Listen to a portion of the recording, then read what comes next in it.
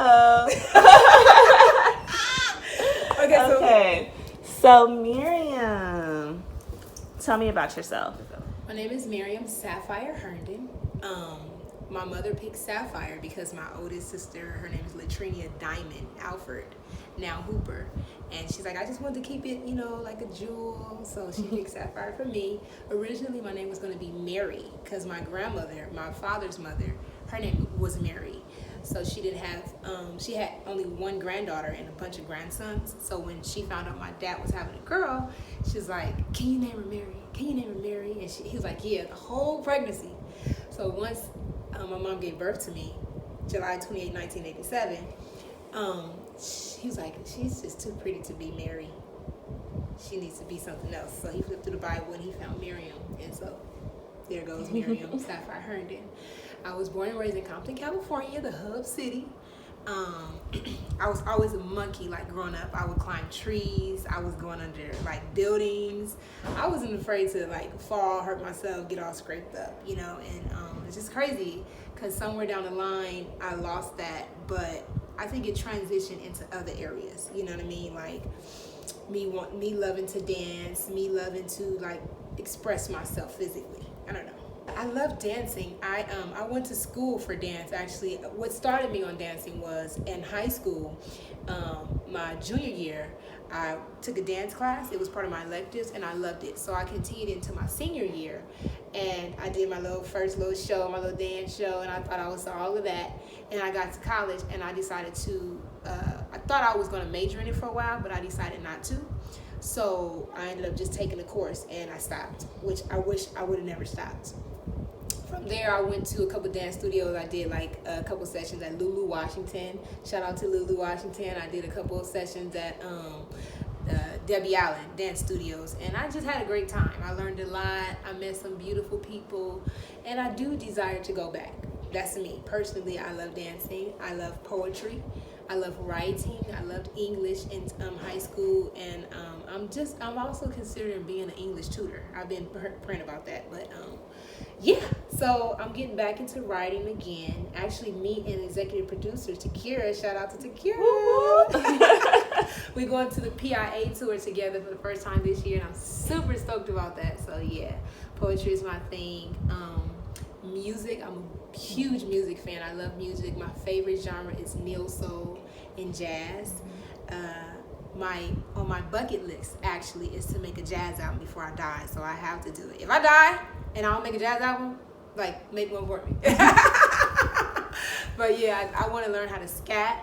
I've been listening to my Sarah Vaughan, Dina, just all the great jazz legends that did it right. Women and men, I love it. What else? I love working out. Lately, I have not really been working out, and I'm not really in this mindset. I'm 32, and I'm not really tripping about being right and tight and fit, as long as I feel good. You know what I mean? As long as I'm doing the stretching, what makes me relax, just taking it easy on my body, listening to my body. If I want to go to sleep, I sleep. If I want to eat, I eat. If I want to work out, if I want to run a mile or 2 or 3, I can. I'm pretty fit. Like I feel like I have the endurance to do it. I used to run track, but I'm not gonna push myself that hard. But I still like to do it. And I like hiking. I like skating. I do still skate at the beach. I hate riding bikes. It's boring to me. But anyway, yeah. So that's me. Tell me about your parents. My mother and my father, William and Deborah Herndon. Shout out to Deborah, Deborah, and William. My father, his birthday is October 23rd or 24th, and he'll be 63 or 64 this year. He says my grandmother, she confused it somehow, so we just rolled with the 20. I just picked October 24th, and that he'll be 64. He's real chill. He's the type of person that he's always been very domestic. He loves cooking. He loves cleaning. He used to do my mom's feet while he soaked and conditioned our hair and had us read to him. He had my brothers taking the trash out, scrubbing the walls. I mean, you name it. At the same time, he would tell us stories, make us laugh about, when he used to work on the railroad and different jobs he had. He's a very, loud like he's more of an introvert also, but like once he starts getting comfortable, he's a loud personality. Like he connects with people really good. Like, and I think I get majority of my personality from him. Like, he's a fast walker. When I was young, I used to have to try to catch up with him. I'm just running, and he's like, keep up. And even now, at like 63, he'll be 64 this year. The same way, he still moves really fast. When he's watching my kids, he's like, come on. They stumbling to catch up to him. Like, he's a really dope man. He's a handsome guy. I think he's the most handsome guy in the world. He's my hero. I love him. We've always been close. He was always like kind of in and out. I call him a seasonal dad, but he's shown that he's grown and he regrets that. You know, like since then, like I've never held a grudge against him in my heart. I was just hurt because of course I'm his princess, and I always thought I was his favorite. Yeah, secretly I think so. But yeah, he's a great guy. We're really close. I can call him. He keeps it real with me all day. He's hilarious, and yeah, I love him. My mother is quite different. You know, she's always been a type. She's like had a real strong personality. Have never been afraid to, verbalize how she feels. But she kind of had a mindset of like, she was very judgmental when we were growing up. So we developed our mindset from her. Like we would be kind of judgmental towards things. But since then, I've learned that you can't be that way. And my mother has learned that she can't be that way. So now, she's much more easy to talk to. She's much more easygoing. One thing I love about her is that she's extremely determined, and whatever circumstances she faces, she's determined to overcome them. And I've learned my grit from her. Like I've learned to overcome many obstacles from her. So together, she was the dominant woman in the family. She was the dominant one in relationship, and their marriage was okay. But I think they've grown to be friends over the years. So shout out to my parents. I love them. They're great people. They're beautiful inside and out. So tell me a little bit about your siblings. Well, immediately, meaning the siblings that I grew up in the household with, I have five. Well, there's five of us. I have four siblings. As a matter of fact, yesterday was my youngest sibling, Mark Herndon's 27th birthday. So shout out to my brother, 27.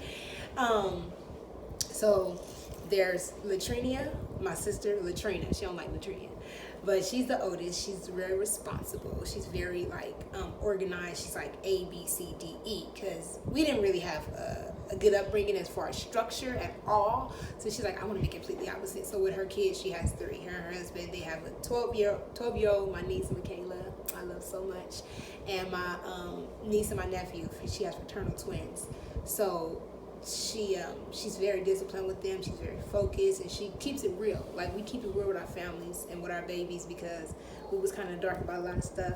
But she's always been very like warm-hearted, very soft-spoken. But when it comes to us, her babies, like, she's not having it. So I love my sister so much. She's a beautiful soul. She's a beautiful woman.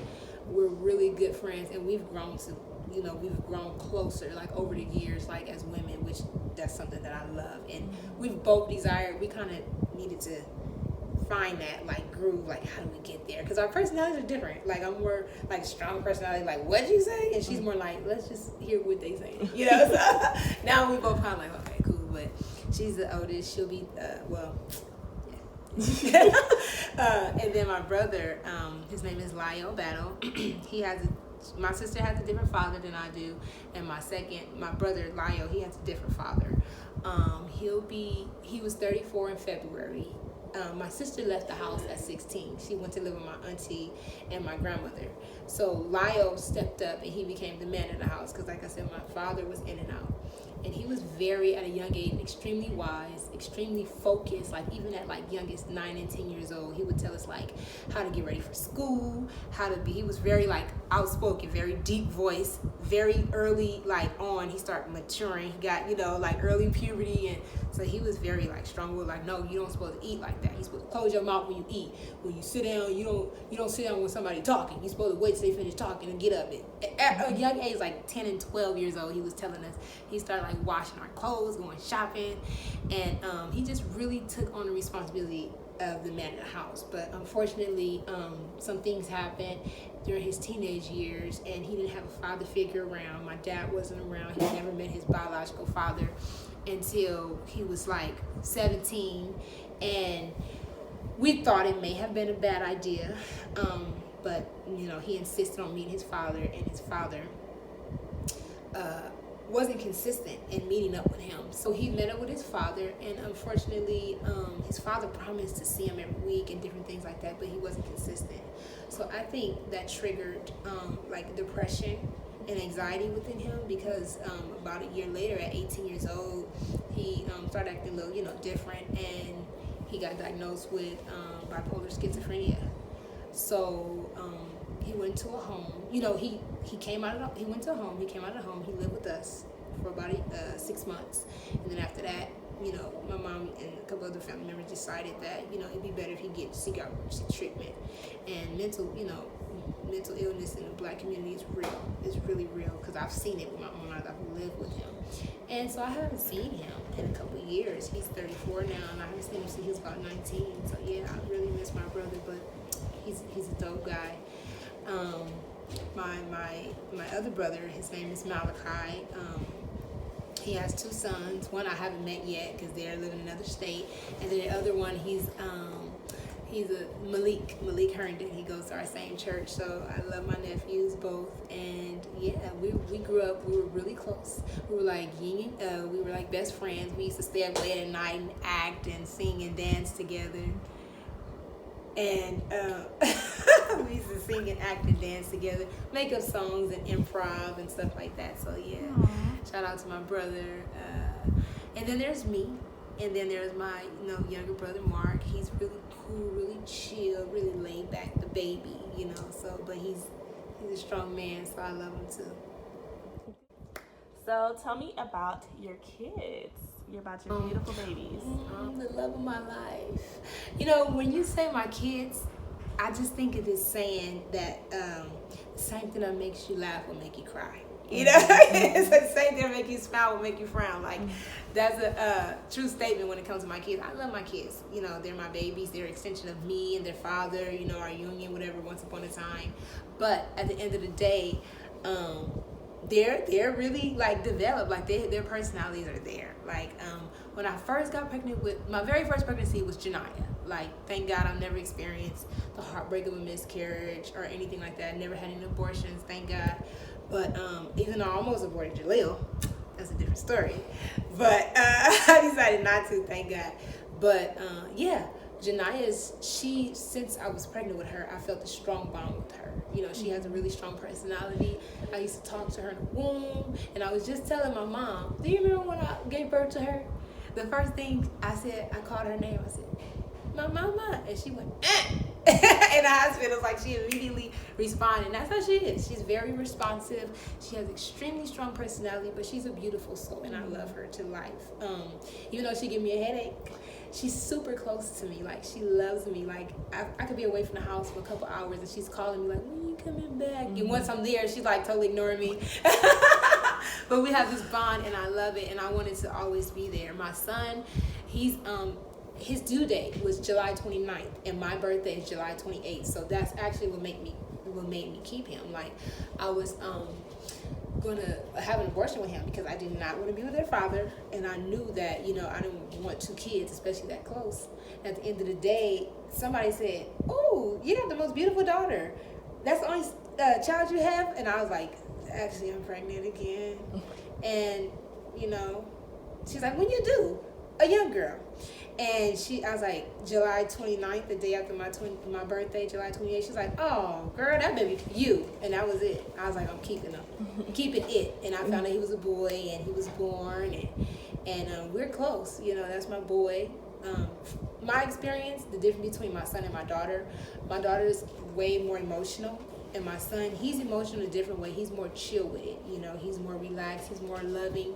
He gets his feelings hurt, if I verbalize the wrong thing, versus my daughter, she gets her feelings hurt if I'm physical with her. But, Hey, I know what my kids need, but all in all, I love both of them. They're great kids. I have no major complaints. They're extremely intelligent. They listen to me. They're disciplined. They keep me on my toes. And it's beginning to be to a point where we have real conversations now. As a matter of fact, tomorrow will be Jalil's first day in kindergarten, and he's excited, and I'm the emotional one. But I know that they're ready. So. Yeah. Why did you agree to do the Powder Room show when Lachey first approached you about the show and gave you what we were going to do and the concept? Why did you say yes? I said yes to the show because for a number of reasons. I think primarily because it's a way for me to get my testimony out there, and of course we think of a testimony as something that we've overcome or, something that God has delivered us from, but I believe that a part of the testimony is actually showing God's, our strength while we're going through it. That's a part of God's goodness and His glory and His grace on our life. Just being naked in front of everybody, theoretically speaking, just showing everyone, this is my wounds, this is how I'm healing, and this is the reasons. I have to persevere. I have a great purpose, and I know that God has something in store for me, and I don't want to hold that to myself. I want everybody to see, look, this is my story. Everybody have a story. This is what I went through. This is possibly something that can help somebody in the future or even now. Relatability. We all need sometimes just to know that someone else has gone through or is going through something, and just to show growth. And so I think it's important to unify as a sisterhood, to unify with one another and to show one another we can do it, we can make it. It's real out here, but we warriors, we fighting, we gonna do it. We high key blessed. Hello. Good. Okay, so what's your ultimate dream in life? My ultimate dream in life? Or is it this way? My ultimate dream in life is to leave an inheritance for my children. What they do with it after I'm dead and gone, that's on them. But I just really generally, I want to build a strong foundation for the generations to come. And that's not just necessarily just my kids. That could be my nieces, my nephews, just, people that I will eventually mentor, who knows. But definitely my children, I want to make sure I leave an inheritance for them. I leave something for them, a great example. I'm afraid, I'm not afraid of doing groundwork, of getting my, rolling my sleeves up and get my hands dirty and saying, look, this is a new generation coming up. They deserve the best. So that's what I want. I want to show my kids that they can do anything they set their mind to, as long as it's inside the will of God, and that they can be anyone they feel that they need to be for that season or, whatever. They can be flexible and everything, because that's what I believe in. And I want to do a jazz album. I want to do a jazz album. I want to travel. I want to go to St. Lucia. That's the island I really want to visit. So that's it. Awesome.